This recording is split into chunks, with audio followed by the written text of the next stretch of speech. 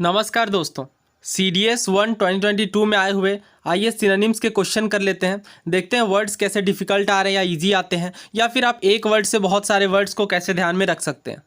ये मैंने सेट ए लिया है।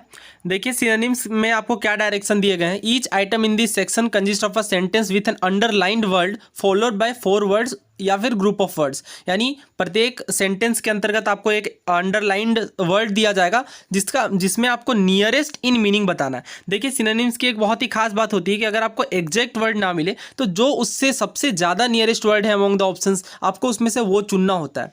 तो 51 नंबर से स्टार्ट करते हैं। Please use conversational language. देखिए आपको ये अंडरलाइन वर्ड दिया गया है कन्वर्जेशनल। तो कन्वर्जेशन का मतलब क्या होता है ये आप सबको पता होगा। कन्वर्जेशन का मतलब होता है बातचीत। और जब हम लोग बातचीत करते हैं, डिस्कशन करते हैं, वाद संवाद करते हैं, जो उसके अंतर्गत हम लोग किस तरह की बातें करते हैं, इनफॉर्मल। ठीक है, जो फॉर्मल बात होगी वो कन्वर्जेशनल पार्ट नहीं कहलाएगी। कन्वर्जेशन का मतलब ही होता है नॉर्मल बातचीत करना, जो कि इनफॉर्मल होगी नेचर में। कॉन्वर्जेशनल का मतलब इनफॉर्मल हो गया। बाकी के वर्ड्स देख लेते हैं। फॉर्मल, कॉम्प्लेक्स और डायग्लोजिकल का क्या मतलब है। देखिए फॉर्मल का मतलब क्या होता है। फॉर्मल का मतलब होता है औपचारिक तरीके से जो हो, जैसे ऑफिशियल वे में जब बात हो तो जो औपचारिक हो पूरे तरीके से, जैसे done in accordance with rule, जो रूल और कन्वेंशन के अकॉर्डिंग बातचीत हो, जिसमें प्रॉपर एटिक्वेट्स फॉलो किए जाए, तो उस तरह की जब बातचीत होगी तो वो फॉर्मल कन्वर्जेशन कहलाएगी। लेकिन जब हम लोग नॉर्मल बातचीत करेंगे, किसी के साथ डिस्कशन करेंगे किसी चीज़ को लेके, तो वो इनफॉर्मल बातचीत होगी। ठीक है, तो ये एक्चुअली में इसका एंटोनिम्स है, उल्टा है। और कॉम्प्लेक्स का मतलब सबको पता है डिफिकल्ट। और डायलॉजिकल का क्या मतलब है। Dialogical is basically related to dialogue. Dialogue का मतलब होता है वही वाद संवाद, संवादमक आप बोल सकते हैं, something which is related to dialogue. और तो इसका करेक्ट आंसर क्या है फिर, option D, informal. Next question देखिए। नेक्स्ट क्वेश्चन में देखिए, my neighbour is malicious, underline part है यहाँ पे मेलिशियस।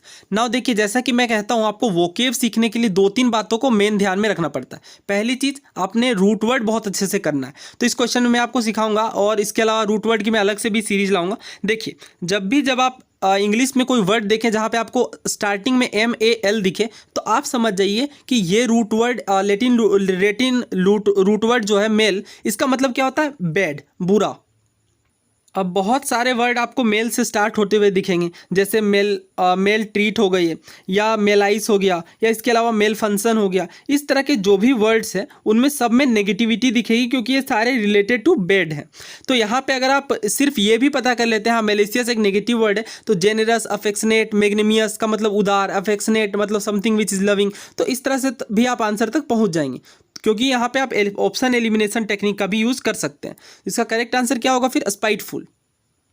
रूट वर्ड की मैंने बात कही है, तो कुछ वर्ड समझ लेते हैं। जैसे पहला मैंने बताया मेल फंक्शन, तो क्या होगा इसका मतलब बताइए। मेल का मतलब बेड, फंक्शन का मतलब वर्क करना। तो कोई चीज़ अगर गलत तरीके से वर्क करे, जो बेड फंक्शन करे, वो मेल फंक्शन कहलाएगी। इसी तरह से अगर मैं देखूँ यहाँ पे मलेरिया, तो मलेरिया का क्या अर्थ होगा, MAL यहाँ भी दिख रहा है, तो something which is related to which is caused by bad air, जो बेड एयर से हो वो मलेरिया कहलाएगी। इसी तरह से मेल फॉर्म का मतलब जिसका शेप बिगड़ गया हो, जिसका फॉर्म बिगड़ गया हो, ठीक है, वो मेल कहलाएगी।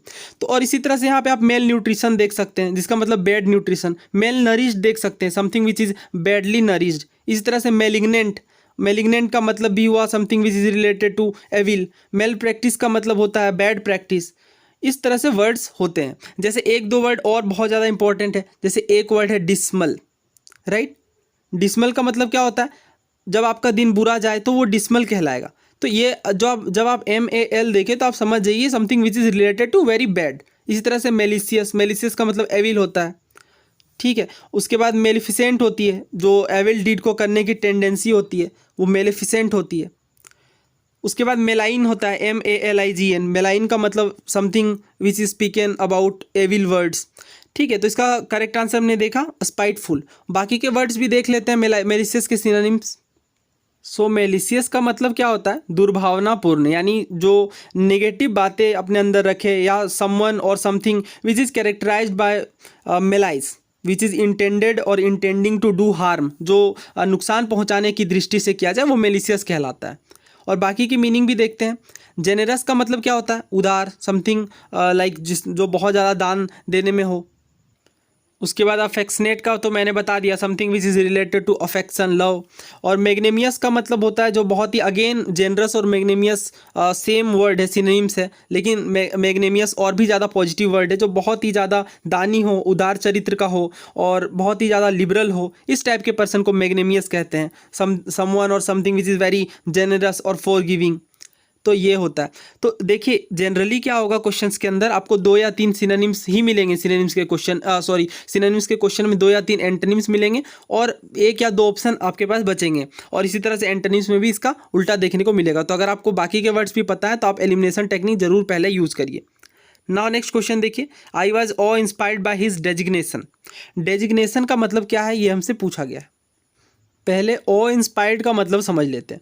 देखिए ओ इंस्पायर्ड का मतलब क्या होता है, जब कोई causing a feeling of respect and fear और एडमायरेशन, कहने का मतलब ये है भाई या प्रशंसा से जब आदर भाव जगता है तो वो ओ इंस्पायर्ड कहलाता है। ओ इंस्पायर्ड का मतलब आश्चर्यचकित हो जाने के बाद इंस्पायर्ड हो जाना, किसी की चीज़ को देख करके या कोई एक ऐसी वस्तु को या कोई ऐसी चीज़ को देख करके। तो यहाँ पे हमें डेजिग्नेशन के बारे में बताना है, डेजिग्नेशन का क्या अर्थ होता है। तो सिंपल आपको पता होगा कि ऑफिशियल वर्क में डेजिग्नेशन होती है कि उसकी डेजिग्नेशन क्या है। तो यहाँ पे अगर हम ऑप्शन देखें, पोजीशन, लुक, सोशल स्टेटस या पर्सनालिटी। जब कोई ऑफिशियल पोजीशन होल्ड करता है तो उसी की चूजिंग या नेमिंग कहलाती है डेजिग्नेशन, जो कि बेसिकली उसका पोजीशन डिसाइड करती है। ठीक है, तो अगर आपको हिंदी पता है डेजिग्नेशन का मतलब पद होता है तो ये ऑप्शन पोजीशन सबसे ज़्यादा सूटेबल है, सबसे ज़्यादा अप्रोप्रिएट है। लुक्स, सोशल स्टेटस, पर्सनालिटी, ये चीज़ें आपको पता होंगी, इन पर डिस्कस करने का कोई फ़ायदा खास है नहीं। डेजिग्नेशन का मतलब क्या होता है, पोजीशन। नेक्स्ट क्वेश्चन देखिए, words of endearment always touch me, यानी एंडियरमेंट का क्या मतलब है। तो something which is related to cause to be loved और लाइक्ड। ठीक है, यहाँ पे आप अगेन वर्ड देख सकते हैं, डियर से ये संबंधित है, तो something which is related to love. तो यहाँ पे करेक्ट आंसर क्या होगा, फिर देख लेते हैं। प्रेज का मतलब तो तारीफ होती है, प्रशंसा होती है। हाँ, फॉन्डनेस का मतलब लगाव होता है, something which is related to love, ये हो सकता है। कॉन्विक्शन, तो ये तो नेगेटिव वर्ड है। कॉन्विक्शन का मतलब होता है किसी पर दोषारोपण करना, जैसे हम कहते हैं ना वो कन्विक्ट है। कन्विक्ट का मतलब दोषी, ठीक है, अपराधी। और कॉन्विक्शन का मतलब किसी पर दोष सिद्धि करना, दोष साबित करना। और विजडम का मतलब बुद्धिमत्ता है। तो of course correct answer option B है यहाँ पे, fondness, something which is related to love, endearment. Next question देखिए, we should follow patience and forbearance. So patience का मतलब धैर्य होता है और फॉरबियरेंस का मतलब क्या होता है, ये आपको ऑप्शंस में बताना है। तो पहला ऑप्शन देखिए, कांस्टेंट। कांस्टेंट का मतलब क्या होता है, कांस्टेंट आपने सुना होगा, टाइम कांस्टेंट के कारण। तो कांस्टेंट का मतलब होता है किसी चीज़ पर बाधा लगाना, अंकुश लगाना। ठीक है, इसके लिए और कौन कौन से वर्ड होते हैं, सबसे कॉमन वर्ड रेस्ट्रिक्शन। रेस्ट्रिक्शन का मतलब भी होता है बाधा। इसके बाद किसी चीज़ को कर्व करना, राइट, लिमिटेशन लगाना, और किसी चीज़ पर कंट्रोल करना, चेक करना, ये सारे वर्ड्स है। या हिंड्रेंस सबसे अच्छा वर्ड है। उसके बाद एक वर्ड और बहुत ज़्यादा इंपॉर्टेंट है, जो इम्पेडिमेंट। इम्पेडिमेंट वर्ड ध्यान रखिएगा, इम्पेडिमेंट का मतलब भी होता है बाधा डालना। ऑब्स्ट्रक्ट करना, ऑब्स्ट्रक्ट करने का मतलब भी होता है बाधा डालना। तो ये सारे सिनोनिम्स है कांस्टेंट के। इनकरेजमेंट, इसका मतलब प्रोत्साहन होता है, किसी चीज़ को बढ़ावा देना। रेस्ट्रेंट का मतलब क्या होता है, रिस्ट्रेंट का मतलब होता है किसी चीज़ पर अंकुश लगाना, संयम बरतना, नियंत्रण करना। ठीक है, तो दोनों अलग अलग बातें हैं, फिर से समझ लीजिए। कांस्टेंट का मतलब क्या होता है, किसी चीज़ में बाधा डालना, जबकि रिस्ट्रेंट का मतलब क्या होता है, किसी चीज़ में रोक लगाना, अंकुश लगाना। थोड़ी सिमिलर वर्ड है बट दोनों में अंतर है ऑफकोर्स। जैसे अगर किसी चीज़ पर नियंत्रण लगाया जाता है तो वो रिस्ट्रेंट कहलाता है, जिसे हम लोग बोलते हैं रोकथाम करना या संयम करना। तो रिस्ट्रेंट के लिए और कौन कौन से वर्ड है, एक बहुत अच्छा वर्ड है अंकुश या संयम के लिए, वो है एब्सटिनेंस। बहुत ज़्यादा बार एग्जाम में पूछा जाता है। उसके बाद सोब्रिटी है, कंट्रोल, तो वही चीज़ हो गई। तो फिर अगर हम यहाँ पे ऑप्शंस के अकॉर्डिंग जाए तो ऑफकोर्स यहाँ पे ऑप्शन बनेगा रिस्ट्रेन।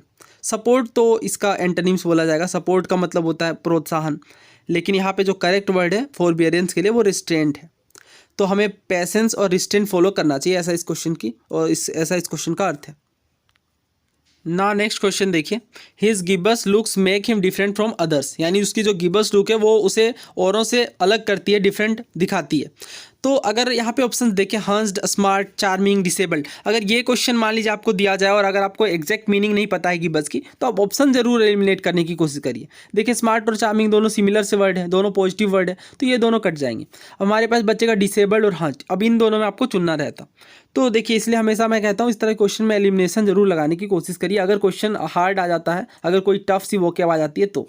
वैसे गिबस का मतलब क्या होता है, जैसे किसी पर्सन की अगर कुबड़ बाहर होती है, जो रेज्ड होता है एक बॉडी पार्ट, तो वो कहलाती है हंस्ड या गिबस, तो इसका करेक्ट आंसर ऑप्शन ए है। डिसेबल्ड के लिए ये यूज नहीं करते, गिबस का मतलब होता है हंस्ड। नेक्स्ट क्वेश्चन देखिए, she tormented me with her detached behaviour. देखिए टॉर्मेंट का मतलब आपको बताना। सो टॉर्मेंट का मतलब क्या होता है, किसी पर्सन को बहुत ही ज़्यादा यातना देना, बहुत ही ज़्यादा कष्ट देना, तड़पाना, सताना, ठीक है, ये कहलाता है टॉर्मेंट। टॉर्मेंट का मतलब क्या होता है, सीवियर फिजिकल या फिर मेंटल सफरिंग। तो अगर मैं ऑप्शंस में यहाँ पे देखूँ, थ्रेटन का मतलब धमकाना होता है, कोई सेंस नहीं बन रहा। इग्नोर का मतलब होता है इग्नोर करना। कैजुअल का मतलब किसी चीज़ को बहलाना फुसलाना। और डिस्ट्रेस्ड यहाँ पे बिल्कुल सही वर्ड बन रहा है। डिस्ट्रेस्ड का मतलब ही होता है बहुत ही ज़्यादा कष्ट देना। सफरिंग, सफरिंग के लिए कौन कौन से वर्ड होते हैं, जैसे एक वर्ड होता है अगोनी। अगोनी का मतलब होता है वेदना, अत्यंत पीड़ा। और इसी तरह से वर्ड है जैसे टॉर्मेंट, टॉर्मेंट तो इसी के अंदर का वर्ड है। और इसके अलावा टॉर्चर, ये भी वर्ड इनसे मिलता जुलता है। टेंटलाइज करना, पियर्स करना, सताना, ठीक है, तो ये होता है सीवियर फिजिकल या फिर मेंटल सफरिंग। सो यहाँ पे हमने देख लिया, बाकी के वर्ड्स भी मैंने बता दिए। नेक्स्ट क्वेश्चन देखते हैं।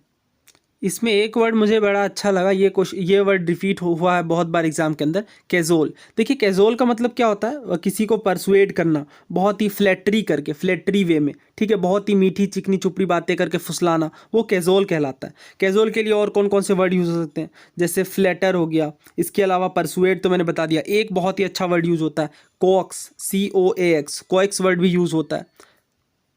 सो ये जो मैं आपको एक्स्ट्रा सिनोनिम्स बता रहा हूँ, या किसी ना किसी एग्जाम में रिपीट हुए होते हैं और बहुत ही ज़्यादा इंपॉर्टेंट होते हैं। नेक्स्ट क्वेश्चन देखिए, हर पियरलेस मैनर्स वर नोटिस्ड, यानी उसके पियरलेस मैनर्स को नोटिस किया गया। पियरलेस वर्ड का मीनिंग आपको बताना है। देखिए पियरलेस का मतलब क्या होता है, समथिंग विच इज़ लाइक अनमेच्ड, बिल्कुल एक्स्ट्राऑर्डिनरी, जिसे हम लोग बोलते हैं बिल्कुल बेजोड़, बेमिसाल, अतुलनीय, जिसकी कोई तुलना ही ना किया जा सके, जो कि क्या हो, अनइक्वल्ड हो, अनराइवल्ड हो, राइट, जिसकी कोई बराबरी ना कर सके, अनमेच्ड हो। ये सारी चीज़ें पियरलेस के मीनिंग है, पियरलेस के सिनोनिम्स है। तो यहाँ पे करेक्ट आंसर देख लेते हैं, लवेबल। लवेबल तो बहुत ही कॉमन सा वर्ड है, वो ये इसका आंसर नहीं है। Something which is related to love. Rowdy अलग हा वर्ड है, इररेलेवेंट भी अलग है। यहाँ पे करेक्ट आंसर बनेगा ऑप्शन डी, अनइक्वल्ड, अनपैरेलल्ड, ठीक है, जिसे अनराइवल्ड बोलते हैं। जैसे अगर कोई बोले पियरलेस कार्टूनिस्ट, मतलब ऐसा कार्टूनिस्ट जिसकी कोई तुलना ना कर सके, राइट। तो यहाँ पे करेक्ट आंसर ऑप्शन डी है। नेक्स्ट क्वेश्चन देखिए, ही स्टडीड मेंसुरेशन केयरफुली। अब जिनका मैथ्स में बैकग्राउंड होगा उन्हें तो मेंसुरेशन के बारे में पता ही होगा। मेंसुरेशन को हिंदी में क्या कहते हैं, क्षेत्रमिति। इसमें हम लोग क्या पढ़ते हैं, क्षेत्रफल के बारे में, मेजरमेंट के बारे में, किस तरह से, जैसे रेक्टेंगल पढ़ना है तो इसमें हम लोग क्या क्या चीज़ें मेजर कर सकते हैं, जैसे इसकी एरिया हो गई, लेंथ, ब्रेथ, ये सारी चीज़ें मेंसुरेशन का पार्ट होती है। तो मेंसुरेशन का मतलब क्या होता है, बेसिकली मापना, मेजर करना, ठीक है, something like which is related to measuring, measurement, calculation, ये सारी वर्ड्स जो है वो मेजरमेंट से रिलेटेड है। क्वेश्चन का मतलब सवाल है, कंक्लूजन का मतलब निष्कर्ष होता है, और लेसन तो आपको पता ही है। नेक्स्ट क्वेश्चन देखिए, they smothered the fire in the building. आपको अंडरलाइन वर्ड की मीनिंग बतानी है। ऑप्शन में देखिए, लाइटेड, सराउंडेड, डाउज्ड या सॉ, ये 4 ऑप्शन दिए गए। लाइटेड का मतलब जलाना होता है, सराउंड का मतलब घेरना, और डाउज की मीनिंग की अगर बात करें तो किसी चीज़ पर जब पानी उड़ेल देते हैं ना, जैसे हम लोग बोलते हैं directly pour a liquid over, जिसे बोलते हैं ड्रेंच, ड्रेंच का मतलब होता है डाउज। इसके अलावा एक्सटिंग्विश, एक्सटिंग्विश का मतलब भी वही होता है, आग बुझाना। तो स्मोदर का मीनिंग भी वही होता है, डाउज करना। तो इसका करेक्ट आंसर ऑप्शन सी है। सो का मतलब तो देखा। सो यहाँ पे मैं आपको और एक बात बता दूं, स्मोदर के देखिए 2 मीनिंग होते हैं। पहला तो ये किसी चीज़ का दम घोट देना, गला घोट के मार देना, चौक करना, ठीक है, CHOKE, चौक, इसका मतलब होता है स्मोदर। इसके अलावा एक और मीनिंग जो हमने देखी यहाँ पे, बुझाना। तो ये ना इसलिए हमें सेंटेंस दिए जाते हैं ताकि आपको उसका सेंस पता चले, किस सेंस में यूज़ किया जा रहा है। एक ही वर्ड के बहुत सारे मीनिंग भी कभी कभी देखने को मिलते हैं। तो इसका करेक्ट आंसर ऑप्शन सी है। सो हमने 10 क्वेश्चंस देख लिए। अब एंटोनिम्स के 10 क्वेश्चन नेक्स्ट वीडियो में देखेंगे। अगर आपको सीरीज पसंद आ रही है तो आप कमेंट बॉक्स में लिख सकते हैं कि मुझे बाकी के सिनोनिम्स और एंटोनिम्स अदर पेपर के करवाने हैं या नहीं। Thank you so much.